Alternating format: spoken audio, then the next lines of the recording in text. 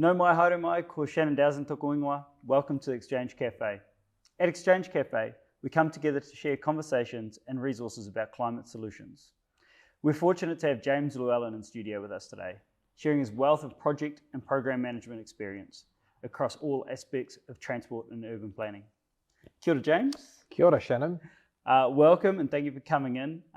Can you tell us about your background?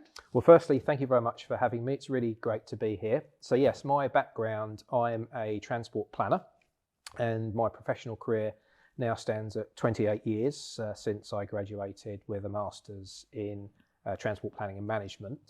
I started my career in Milton Keynes, a city in the UK in 1996, which is famous for its grid road system, which is quite unusual in the UK because it's being a new city, but also cultural highlights like concrete cows. And Milton Keynes Bowl, I've been to and Milton Green Bay Keynes Bowl, yes, that's right. And Milton Keynes is a very interesting city because it was a new city planned to cope with the London overspill, with some of the issues around slums and poor housing. And of course, those issues around housing are still with us today. And Milton Keynes was a very interesting city because it grew even in the time that I was there, which was only about 4 or 5 years. You could actually see development going up, almost before your eyes. Yeah. So that's basically my professional career. But if you really want to go back to when I first started getting interested in transport, it was probably when I was in a pushchair.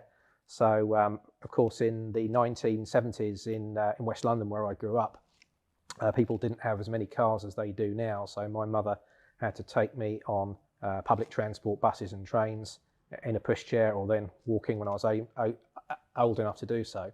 And of course, I became very interested in public transport and all the possibilities that public transport in particular could give you. So I remember all the different destination signs for these exotic places in London, and thinking one time I'd really like to go there rather than just to the local shops. Absolutely. Having spent a lot of time in the UK myself, public transport is vastly different there to here. It is. What brings you to Tairāwhiti? Tairāwhiti, it's a question of working with the District Council. So Gisborne District Council have employed me as an independent consultant to come in and help them with a couple of really key projects. So the first of those is the Regional Land Transport Plan. So this is the District Council's transport investment strategy for the next 10 years. And given that everything that's happened with the severe weather events, this particular Regional Land Transport Plan is a hugely important moment in the history of the region and the way the transport system really needs to evolve to cope with the future challenges, which I'm sure we'll come back to in a bit. I'm also being employed to undertake what's called a Regional Public Transport Plan. So this is looking at the current bus network in Gisborne City and looking to see how we can actually improve it so that it becomes a mode of transport that people will actually want to use and would rather use compared to, say, their private car for journeys within the city. And also looking out as well, the region as a whole really has no other fixed public transport routes. So I'm looking at solutions, which again we can talk about in a bit, around how we tackle some of the deep-seated rural transport challenges. Yeah. I mean, we've got students in my studio here who come from up the coast, obviously, and whilst we can service the Wairoa region, we're not providing service to our own coast, which is a really interesting predicament. But look, it's as we know, Tairāwhiti has been severely impacted by ongoing weather events. It's resulted in wide-ranging damage, the need for changes to land use, severe economic impact as well. Today we have the opportunity to talk about transport and the solutions, particularly around finding ways to decarbonise and what the changes that are going to be forced upon us and what the future travel is that we may choose. Of course, our roading is a connection between whānau, as you mentioned, the veins of our economy and the network that supplies our communities. Is it the region's most important asset? At the moment, it certainly is, because the asset has been so badly damaged, and it's had such significant economic, social and health impacts on the communities. Everyone is saying that the roading system, needs to be fixed, and we can't get into a situation where this keeps happening, because that's a real challenge for developing strong, sustainable and cohesive communities. So without a doubt, at this point in time, the roading network is the number one priority that not only needs to be fixed now, but also needs to be redesigned and future-proofed to withstand what are going to be some very significant climate change related challenges. So that's the here and now.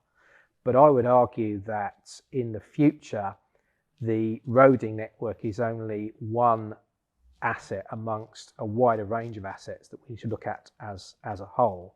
So that includes land use, which you mentioned earlier, biodiversity, water and things like that, because all of these systems are interlinked. All of the water that caused the damage came off land, it came out of the sky, it goes into water courses, and all of these things are important assets that we need to look at as a whole and in balance. So sooner or later, we will have to have that wider conversation about those assets and how we actually look after and indeed improve all of those assets for the good of the communities and the region. Absolutely. With weather events in 2022 and 2023 increasingly damaging the network, which aligns completely with the climate change projections, what can we do differently to build the resilience of that infrastructure? Well, I think firstly we need to recognise that our physical assets, so whether they're bridges, they're culverts, the road surfaces, they need to be built and maintained to a better standard than has been hitherto the case, and that's an issue across New Zealand. It isn't unique to Tairāwhiti. So in my view, the challenges that we are now seeing is evident is a result of maintenance and asset management investment being deferred and not undertaken when it should have been. And so our assets were not in a particularly good state, and therefore it was much more difficult for them to withstand the pressures of the weather that came upon them.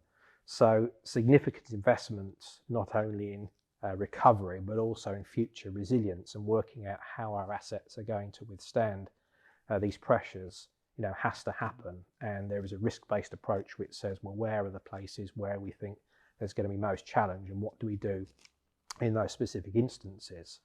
But I would be very cautious about saying that's all we need to do, because according to a recent book that I'm reading called Water Will Always Win, the real challenge is to try and prevent the levels and the volume of water coming off the land so quickly and effectively becoming a huge battering ram which smashes the assets to pieces. So what we need to do is look at how we enable that water to be stored or prevented from coming into the system in such a violent way. Water is meant to flow much more slowly than it currently does. And so we need to look at natural resilience solutions across the region and across New Zealand. Which of course goes into the degrowth conversation, it certainly does. And the re-establishment of wetlands, yep. And not monoculture planting, but high density Correct. Natural bush. It's yep. a very complex issue. It's a very complex issue, well beyond my expertise, but as transport planners, we need to look at other systems. We can't just be blindly focused on transport assets and ignore the things that are going on around us. And that, for me, is one of the more exciting opportunities, is for transport planners like me to actually learn about these wider issues and actually work with professionals across different disciplines on joint solutions to these challenges. And just at the very beginning, you mentioned that assets needed to be built to higher specification. You referred after that to deferred maintenance, but I assume you mean at the beginning that also we need to be building better assets from outset. Yeah, so from the outset, yeah. So we know what we know now about the challenges of severe weather, the kind of physical strain that will be put on assets from things like water or wind or whatever it might be.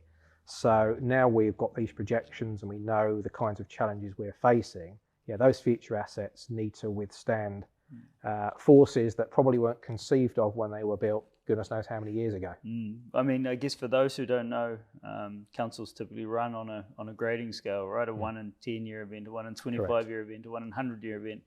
And we now realise that what we had as a 1 in 100 year event is a 1 in 25 year event, or a 1 in 10 year event, or more recently in Tairāwhiti, a twice in a year event. Yep, that's right. Exactly. And yeah, they are much more significant than have been previously felt in this region. Yes, correct. So a little bit off topic, but back to your passion of public transport. Well, Tairāwhiti has a very long history with electric vehicles, and I'm not sure if you know this, but back in 1910, our Mayor W.D. Leisner met Thomas Edison. Right. And he established the first storage battery electric trams in the Southern Hemisphere right here in Tairāwhiti. I never knew that. So in 1913, we had a fully electric tram system running in Tairāwhiti here on batteries, not on overhead cables. That's amazing. Yeah, I think so too. Yeah. Of course, 110 years later, we're still facing, we're facing new challenges, but we're looking at old solutions. Correct. We're looking at what we had done previously. So what key elements do we need to put in place to support the transition of Tairāwhiti to electric vehicles? I think the first question is we need to understand what the future of travel looks like. I mean, we've been used to being able to travel as far, as often, and almost as fast as we want. And the reality is that that's going to become less tenable if we're serious about tackling climate change. So whilst I recognise that there will always be motor transport, the challenge for transport planners in particular is to affect what we call mode shift, which is getting more people to use shared transport like buses or active travel like walking and cycling. So we'll come back to that in a bit, I'm sure. But of course, there are always going to be needs for motor vehicles because of distances, supply chain issues and all the rest of it. So there is a target which is very ambitious to deliver 30% of all vehicles by 2035 in the light fleet being electric, and it's currently about 2 or something of that order. That's a huge challenge, and what that will require is across government and business agreement about how that's going to be delivered. I mean, ultimately starts with your power infrastructure. You'll have huge increases in demand for sustainable electricity, and it will need to be sustainable because just getting it from coal-fired stations or natural gas isn't going to be particularly good for the climate. So we've got to look at our infrastructure and say what needs to support the anticipated demand that we want for electric vehicles, and those could be cars, buses, trucks, whatever. And then we need to put in place the infrastructure to allow people to charge those vehicles and have confidence to use them and to be able to recharge them when they want. We need cross-government agreement about who's going to pay, because there are commercial opportunities as well, but clearly investment in infrastructure traditionally has been more of a government function. So at the moment there's lots of aspiration, but there isn't, in my view, a clear sort of governance approach which says, okay, we've got this challenge, we know what we need to do in technical terms, but how do you deliver it on the ground? Now, of course, you've also got the challenge of vehicles, because at the moment electric vehicles for personal use are still very expensive. They're beyond the means of most people in New Zealand. So there's going to have to be some conversations about the future of vehicle ownership, in my view. We can talk perhaps a bit later about whether the traditional model of everyone just owning a vehicle and using that vehicle till it conks out is still the way forward, or whether there's some kind of shared approach which actually might make these solutions much more accessible. So there's a whole heap of challenges ahead. Lots of policy documents all say the right thing, but my concern is how we're actually going to work together to deliver that. I'd been a member of many car share services in the UK when I was there, and yeah, it made it very practical when there was a city with the infrastructure around it for public transport. It meant that you could choose the appropriate mode of transport every single day, and it could be different every single day. Yes, it's interesting. Yeah, that's right. Exactly. Well, public transport is very limited in Gisborne and practically non-existent in our rural areas. What are the great examples out there that we should be aspiring to? Are there countries with rural areas like ours that do it well? Well, in New Zealand, I was looking at this issue recently, and Nelson, Tasman, just at the top of the South Island, have just completely refreshed their bus network, and essentially they have introduced 17 electric vehicles. They have 4 urban routes and a couple of rural routes, and on the urban routes they've increased the frequency every day to half hourly, and they've introduced these electric buses, and essentially they're also saying we've got extended hours of operation and even night buses now. That's in an area not that much bigger than Gisborne. So the priority for Gisborne urban area, in my view, is to take the current bus network and significantly increase its frequency and coverage. I mean, at the moment we don't even have any weekend services in the city, but we have really important destinations like the beaches, Kiwa Pools, for example. I was down there yesterday and I saw how busy it was, and there's lots of demand. I just see people who could get on buses. So yes, Nelson and Tasman I think is a good example of what we can do in a small urban area to actually significantly improve the system. In the first week of operation, the increase in patronage was about 40% as a result of those frequency improvements and the better buses. So I think we had about 15,500 trips in the first week, which is excellent for something of that area. So that's the urban area. Now, you mentioned the challenge of rural, and this is something that a couple of regions in New Zealand do very well. So both Canterbury and Waikato provide support for what are called community vehicle trusts.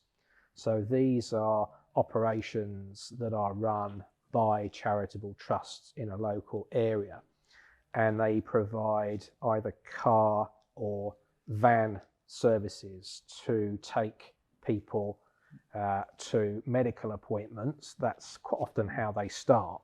But actually a lot of these operations now, you can use it for any journey purpose at all, because even in places like Ashburton, for example, in Canterbury, there's no fixed bus service at all. So the Community Vehicle Trust effectively steps in and provides a daily service from various outlying villages and townships into Ashburton for a variety of purposes. You can book it probably a day before, and the volunteer drivers will take you in and bring you back. They're all professionally trained, and it's a very, very good system. What it does is it puts the community in charge of its transport solutions. So the role of the council is to provide some funding support, particularly for items like buying new vehicles, but actually more to provide advice to the trusts as to how they access funding, for example. So a lot of funding comes through philanthropic trusts and organisations, and that's actually quite a huge untapped potential in a lot of other places. So, for me, community transport is the way forward in places like Tairāwhiti, where with the best will in the world, even though I'd love to see a fixed network of routes running every day up and down the coast and to all the townships, the reality is there's going to have to be a different way of looking at it. And because we've got such a very strong community focus in Tairāwhiti, we've got people in those communities who could become leaders in terms of how those community transport services are set up and run. Yeah, absolutely. And our region does not lack the leadership, that's for sure. No.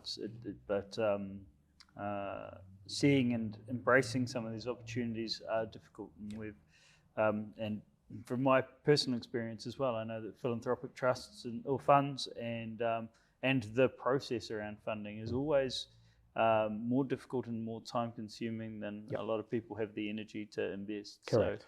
So if you just want to volunteer your time to drive a service, you may not want to jump into those months of hardship trying to get it set up. No, absolutely. That's absolutely right. Yeah, and I take my hat off to these organisations. I did a project in Greater Wellington, but my research actually looked at Waikato and Canterbury, as I said. And some of these organisations, the people who run them are absolutely incredible. The energy they have, they're often retired, but they seem to find a way of accessing funding and keeping things going and actually improving the service as well. So some trusts have now 12 vehicles. You know, that's a really serious operation. That's bigger than bigger than a lot of taxi companies. Yeah, bigger than a lot of taxi companies as well. Absolutely. Look, our roads are dominated by cars. How do we be more accommodating for cycling, walking, other modes of transport? Well, the good news is in a lot of New Zealand cities, and I think Gisborne is no exception, there's actually plenty of road space. So the way that the towns and cities were designed was to have lots and lots of space for different uses. Compare that to the UK, where the often medieval or Victorian street patterns don't allow that kind of thing. So there's plenty of space out there. It's a question of how you use that space. So you can see all over the city that areas of the road that could be put forward for cycling and walking are occupied by cars parked for a lot of the time, or actually just lines and with no formal designation as a cycle route. And the other good advantage of places like Gisborne, particularly the west side of the city, is the grid road system, which means that when you're walking and cycling, you can choose a number of different routes to get from A to B. So you can choose the route that you feel is safest or most amenable or is most interesting. And that's actually really good. And of course, Gisborne is a really flat city as well. So walking and cycling actually here should be really good. You've got lots of natural advantages.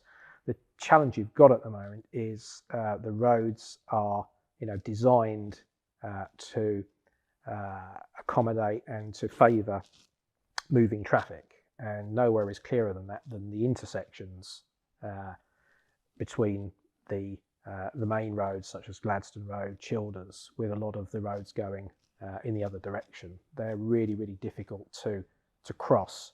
And the challenge you have as a pedestrian or cyclist is you might have a route from A to B. 90% of that route might be absolutely fine. You hit one intersection or one location where you can't cross safely, and the whole route becomes very, very challenging, if not impossible. So I was actually looking the other day, I was walking down Gladstone Road and I saw a lady in a mobility scooter probably have to wait a minute and a half to cross a single side street because there were cars shooting in and out. And because the road network is designed in the way it is, people can do that really, really quickly. So someone who is mobility impaired in particular has real challenges. And so it is all about how roads are designed, how drivers perceive the roads. At the moment, it's far too easy to drive too quickly as well. So if we're able to redesign our intersections in particular, so people slow down and give priority to pedestrians, and when we do that, actually the drivers around here, I found, are very, very tolerant and accommodating. They'll often stop for you and wave you across. So it's not as if there are people who are reckless. Actually, people who are driving want to do the right thing as well. It's interesting that, because yes, I see it often outside my property. So I'm on state highway heading out of town. Yep. There's a crossing to a walkway there, very infrequently used, but it's right outside my doorway. And when it is used, you quite often would see, and it's a 70k zone, but you quite often see logging trucks and cars stopping for people at a crossing that's not a designated pedestrian crossing. It's just access to the walkway, and the cars would come to a stop on the state highway, which I'm never particularly a fan of.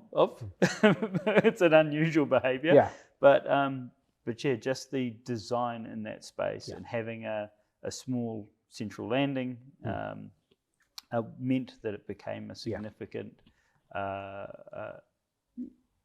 consideration for drivers.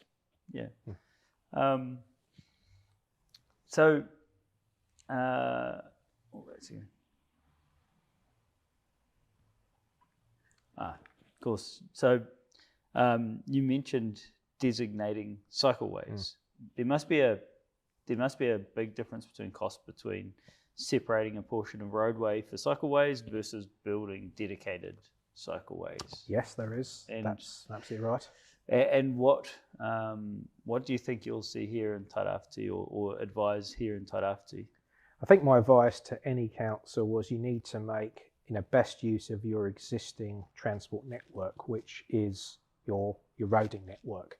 So given that there is quite a lot of space on a lot of our roads, designating more of that space for active travel and demarcating it for that purpose and demonstrating to motorists that is a safe space for active travel, for me is really key, because funding isn't limitless, and even if it was possible to designate a network of totally off-road cycle routes, a lot of cyclists still want to get from A to B just as quickly as motorists, and they do that on the roading network. So I mentioned Milton Keynes at the start of our interview. So Milton Keynes built a completely off-road cycle route, which actually, network I should say, which mirrored the grid road system. And when I first went there, I said, this is wonderful, this is absolutely great. And I went to a meeting with a cycling advocate who soon put me right. And he said, no, it's actually not great, because there were lots of design challenges, there were lots of personal safety issues, there were really poor visibility issues on these off-road routes.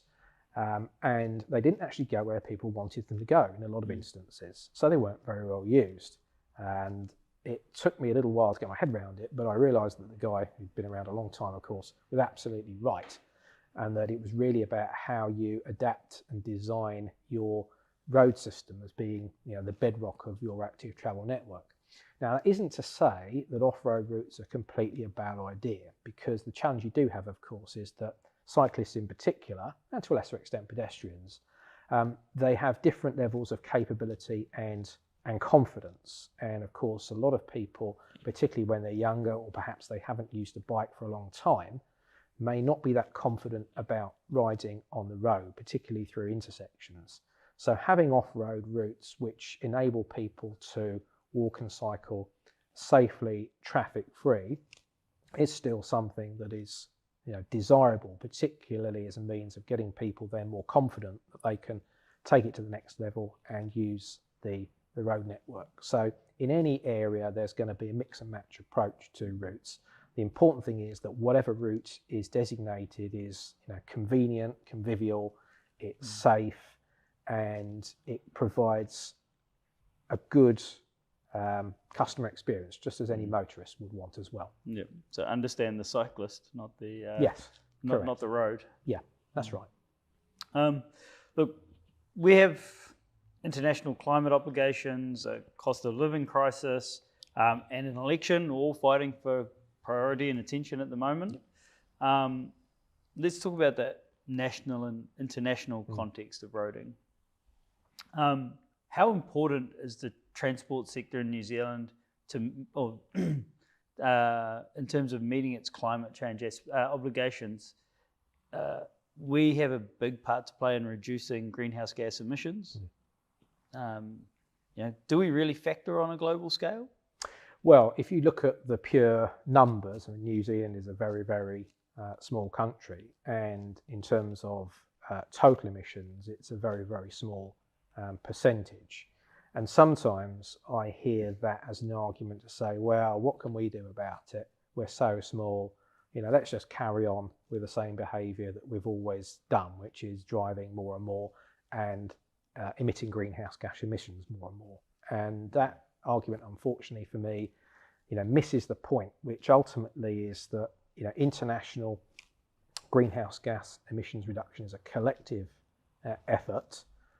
No one could and should opt out. We all need to demonstrate not only leadership in terms of our own country, but you know, international cooperation to demonstrate that we're all in this together, and that it is a collective world challenge that only we can solve together. So that's totally undermined if one country or many countries simply say, oh, well, because we're so small, we're not going to bother. Because the challenge is if everyone said that, then nothing would happen, and that's the danger. So I certainly don't buy the argument that because we're so small, it doesn't matter, we'll crack on.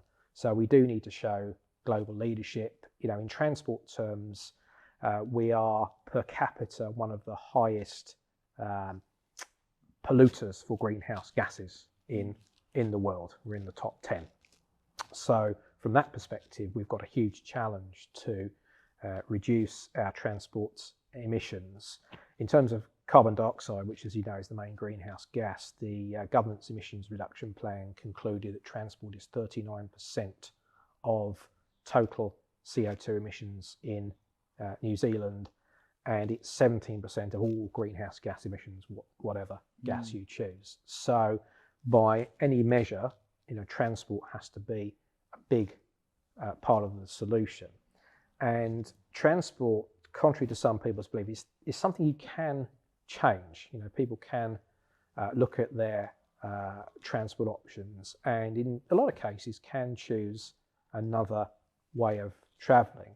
There's a lot more short distance trips in urban areas in particular than people often appreciate, and a lot of those are undertaken by car. They are great for active travel. You now have e-bikes which can actually extend the range of cycling a lot further than was previously assumed. So everyone really does have a choice. The challenge is people's lifestyles have been built around car use and car access. And not surprisingly, they say, well, that's why I need my car, but I've built my lifestyle around it. So it comes down to a lifestyle issue and a lifestyle choice as well.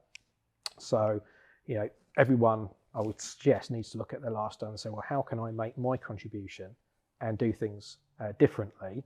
Now, of course, another challenge is that the facilities and the services are not often there at the moment. So people will say, well, I want to change, but there's no bus, there's no safe cycle route, and that's absolutely right.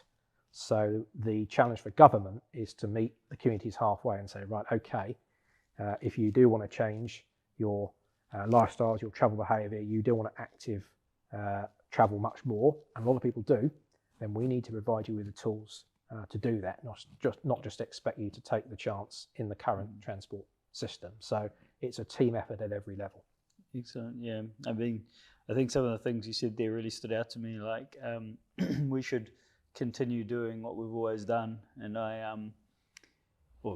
we shouldn't continue doing what we've always done, but the concept of what we've always done is so short term, considering it's, you know, only 100 and something years of this type of travel, right? It's not, it's by no means a long time. No. It's, my family used to run the transport service from Turanga to Tokomaru Bay, and it was horse and cart. Yeah, you know. Yeah. So it's not. It's by no means a continuation of what we've always done. What was the other thing that stood out to me there? So yeah, the consideration of doing what we've always done, being actually very short term, and the fact that I always find it amazing that I'll happily get out of bed and go and walk my dogs, and yet when it comes to coming to work, I'll jump in my car. Yep. I'm choosing not to use that mode of transportation to come to work for no other reason than convenience. Yes, that's right. But I've seen the other side. You know, as I mentioned, I lived in London, and you would consider yourself close to a train station if you were within a 15-minute walk, which was fine, and then you'd get on a train to work. Or I would often choose my bike over.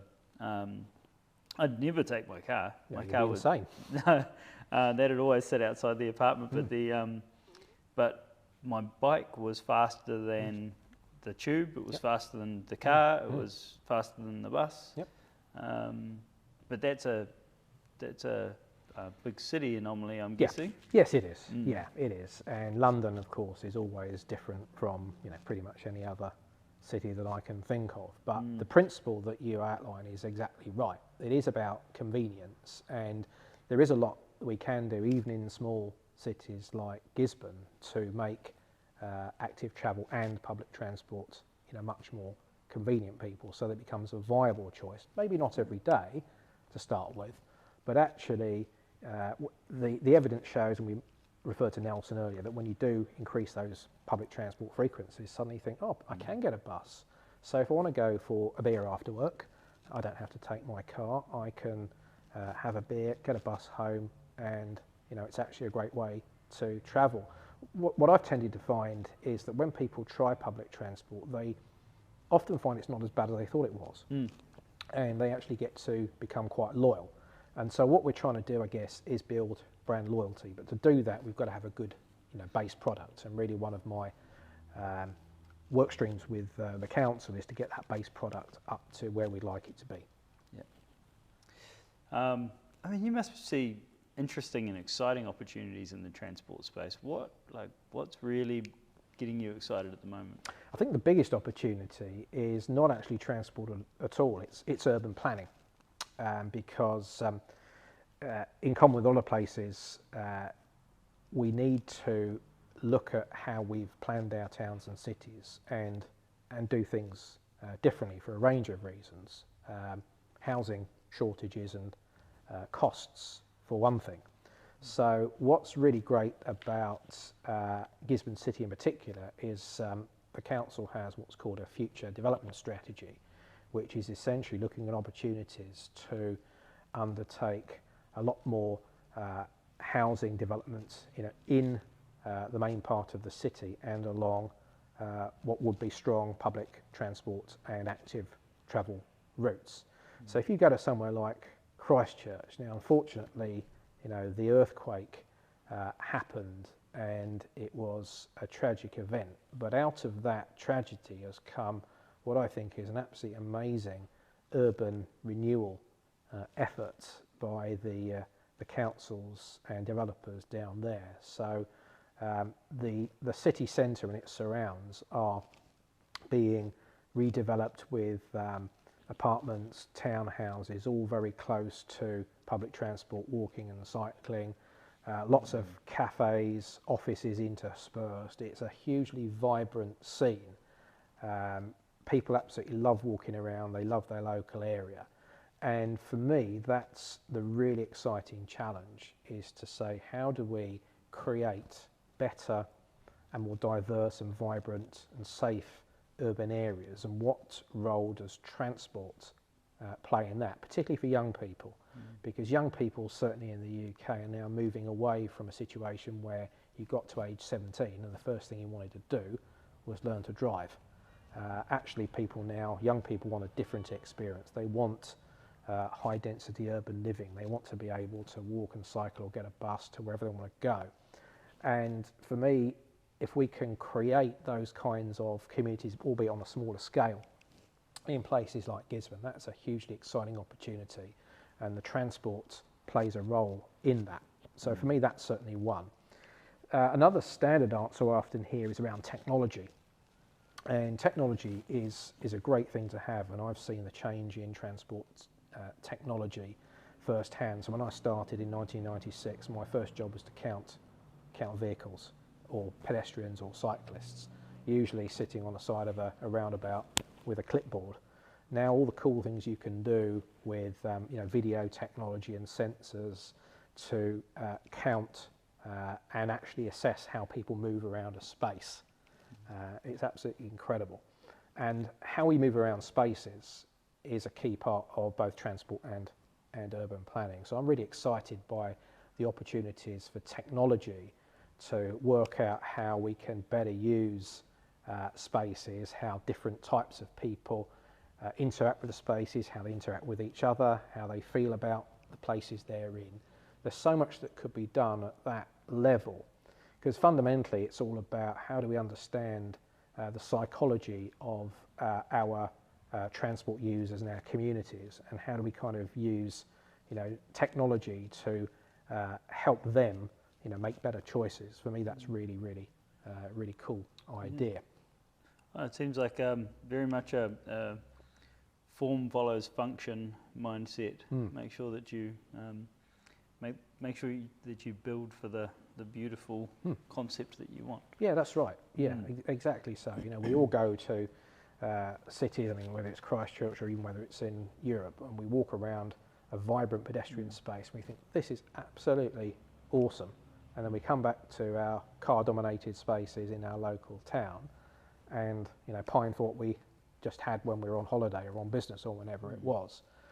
I think this place has a huge opportunity because it's a wonderful place to walk around. There's so much interesting stuff to see, so many nice heritage buildings, you've got great green spaces, you've got beaches, you've got so much of interest here. It's how do you connect all that together and create a community out of it? And as you say, it is about how the form ultimately, you know, dictates the function. How do we save money? It's getting expensive out there. Yep, it is. What can we do to save money in the transport space? In the transport space, well, public transport is now, you know, pretty cheap in New Zealand, or for some user groups, it's completely free. So if you know, do have a viable bus service, then bus fares are pretty cheap these days, you know, across New Zealand, and that's all thanks to, you know, the government providing a lot of support, recognising the cost of living challenges, and of course bus passengers tend to be some of the poorest in society, so it's really good that they can be assisted. But it goes a lot beyond that as well, because everyone, you know, is experiencing the cost of living crisis. So of course walking and cycling, you know, tends to be, you know, a relatively inexpensive option, particularly if you get, say, a second-hand bike. I mean, the e-bikes are expensive, but there are lots of second-hand bikes around, and, you know, a half-decent pair of sneakers and you're away if you're walking. So for those short trips, again, walking and cycling is for me, it's a huge option. But, you know, we mentioned earlier that people still need motorised transport, and buses, you know, might not always be the right solution. So we've talked about the shared transport options. So, you know, buying a car, maintaining a car, taxing it, insuring it, and then seeing its value, you know, depreciate over time is hugely expensive. And I think if it was all totted up and people saw the costs on a graph, they'd be probably quite shocked at how much money goes out of their personal budget by owning a vehicle. So we talked earlier about car clubs and car sharing. So I think a really good option is to develop a sort of car club or car sharing initiative where people have access to a vehicle. It could be a car, it could be a van if they wanted to move stuff about, but they don't actually have to own it. They can pay a subscription, let's say. The vehicle could be electric, and it takes away that link between ownership and all the costs associated with it, because you have a monthly subscription. So when I first moved to New Zealand, I was in Auckland. There was a City Hop car share service there. I think it was $10 a month plus you know, your fuel or whatever it was, and it was a really effective way of having a car when you needed it without the expense of buying one, and it's sitting there most of the time. And that car does actually sit there the vast majority of the time. You're not in it. It just sits in a parking space. So I think that's a really interesting idea about how you know, look at the costs of motoring. Because at the end of the day, the fuel prices are probably only going to go up. So the idea that everyone can just drive as much as they like, well, you can do that if you're prepared to pay, but I think the vast majority of New Zealanders would want a better way and an alternative. And I think we're starting to see a lot more people wanting that alternative. Mm. Yeah, the world could start getting smaller again, couldn't it? It could. What would you like to see more of, less of under the new government? I'd like to see the new government, recognise that people who walk, cycle and use public transport have just as much, right to use the transport system as motorists. And unfortunately, a lot of the political rhetoric I keep hearing is, we need more roads, we need people to get to places faster, and that fuels the economy, and that drives GDP, which is one very, very narrow way of looking at economic growth, and arguably it's not an appropriate way to look at economic growth in a climate change and an economic crisis where scarcity of resources is going to become more and more of a problem. So what I'd like to see is the government say we're actually going to prioritise from the bottom up walking, cycling, public transport. That becomes your default for as many trips as possible, and then the investment in the roading, primarily around the asset maintenance and resilience, which we talked about earlier. So places like Gisborne have had relatively little investment from central government, and we're now seeing the consequences of that, and the fact that there has to be a lot of investment now to repair infrastructure that arguably, had it been invested in more by governments over the years, would not perhaps have been in the state it's in now. So I want to actually see governments take smaller places like Gisborne a lot more seriously, because we may have a small population, but we're actually just as important as the Aucklands and the Wellingtons and the Christchurches of this world. And we have a lot of needs here. We have an economy that I think has a lot of potential. I'm always of the view that places that are, quote, peripheral actually have the greatest economic potential. So I'd rather see investment in those than just more and more going into the cities that are already rich.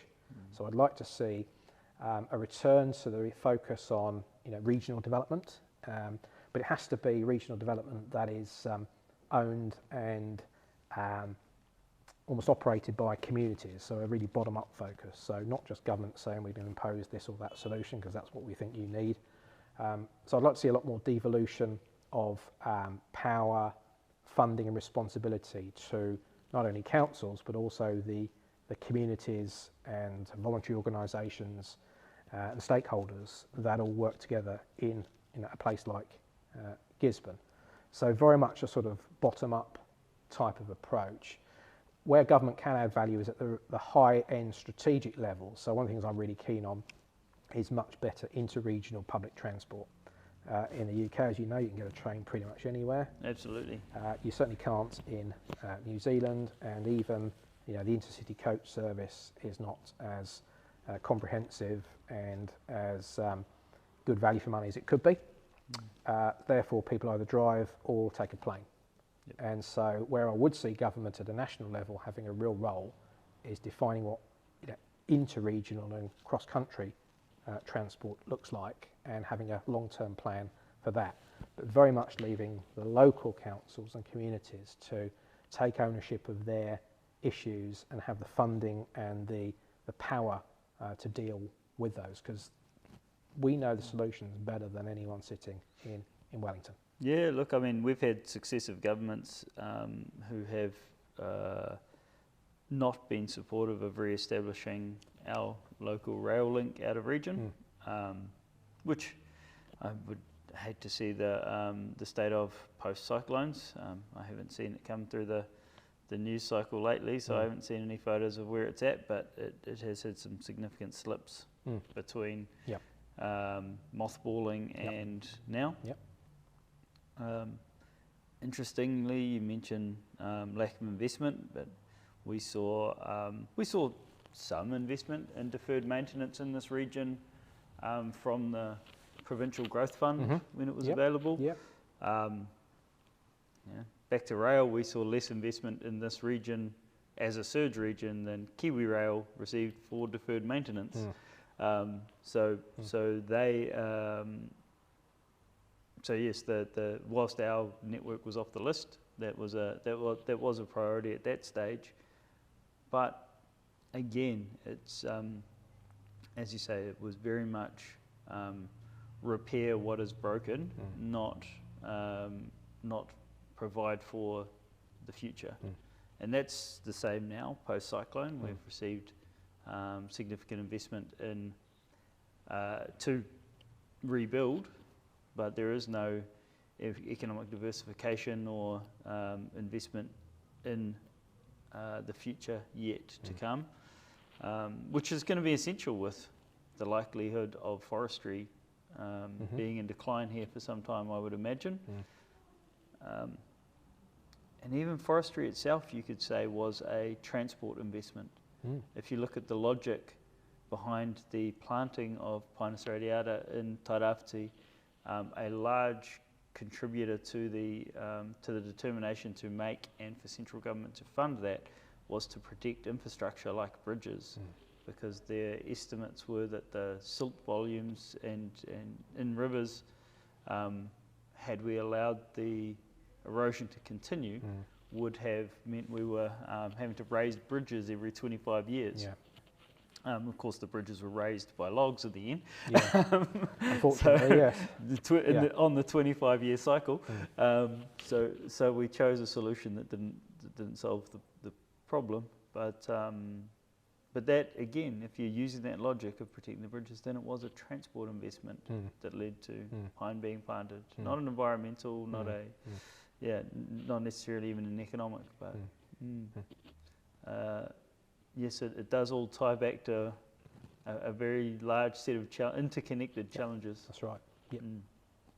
Look, we know there's local action in the policy and planning space. Many agencies and interested parties at the moment. Tell us about the areas you're involved in at Council's Transport Work Program, and where are the opportunities for the community groups and individuals to help influence Council's decisions? So as I mentioned at the start, the Regional Land Transport Plan and Regional Public Transport Plan are my two areas of focus, but I'm also assisting the Council with their walking and cycling strategy, and also something called a mode shift plan, which is about how do you actually encourage and persuade people to, as we said earlier, look at their lifestyles and work out how they can change their travel behaviour. And of course, that in particular is all about engagement with people. So it's not about the council saying, here's the solution, right, you go and change your travel behaviour. It is about working with people and organisations, and in particular schools. A lot of the travel starts at school, so working with schools to actually understand the barriers to more children walking and cycling, and how those can be addressed. The same for workplaces, and the same even for people living in communities. So engagement actually starts at that almost project level. Because any successful project has to involve its stakeholders, and the stakeholders have to believe in the outcomes that project is seeking to deliver. So I would imagine that the council will be looking to do much more of this kind of school, workplace, travel planning. That's a great opportunity for communities and organisations and individuals to participate and say, collectively we have a challenge here around how we move about and do that safely. How can we work with the council to identify the solutions that actually best meet our needs? That for me is really important. Now at the other end of the scale, we've got the formal consultation process. So both the Regional Land Transport Plan and Regional Public Transport Plan will have a formal consultation where a document will appear on the website. People will be invited to make a submission, and there may well be hearings into those submissions for people who want to attend.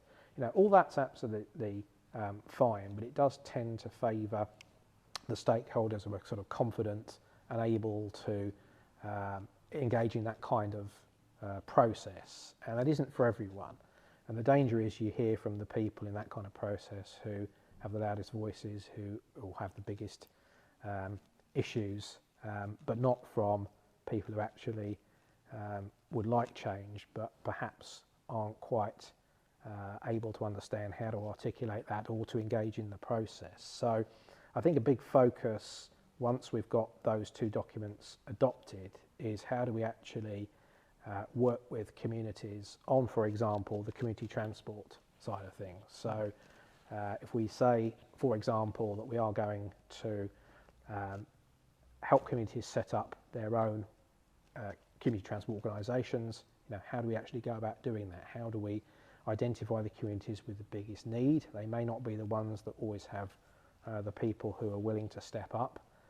What kind of engagement do we undertake that gets those people who are perhaps hard to reach to believe that the council is a partner that we can actually work with? So for me, that's what it's all about. It's getting down to that level. It's not just about a council providing a service and people saying, yes, I like it or I don't like it. It's about what kind of service actually best fits our needs. Yeah, I think you've expressed that really well today, is that you have great consideration for the user of the transport, not for the transport itself. Correct. Yeah, absolutely. And I think that puts us in a great direction if we're making those policy decisions. Look, ngā mihi nui, it's been wonderful to have you in, and thank you very much for bringing your intelligence and your insight into our region and helping us move forward with some, with a better future of transport. Thank you, Shannon. It's been an absolute pleasure, and I'm really stoked to be here. This is probably my fourth or fifth visit now, and it's a wonderful region. I'm working with a great set of people at the council. I'm very privileged to be in transport planning, and it's been absolutely great to sit here with you this morning, talk about transport and explore what should be a very exciting future. So really thank you for the opportunity, Shannon. Appreciate it. So you can follow and contribute to the Exchange Cafe at exchangecafe.co.nz because together we have the solutions. Mā te wā.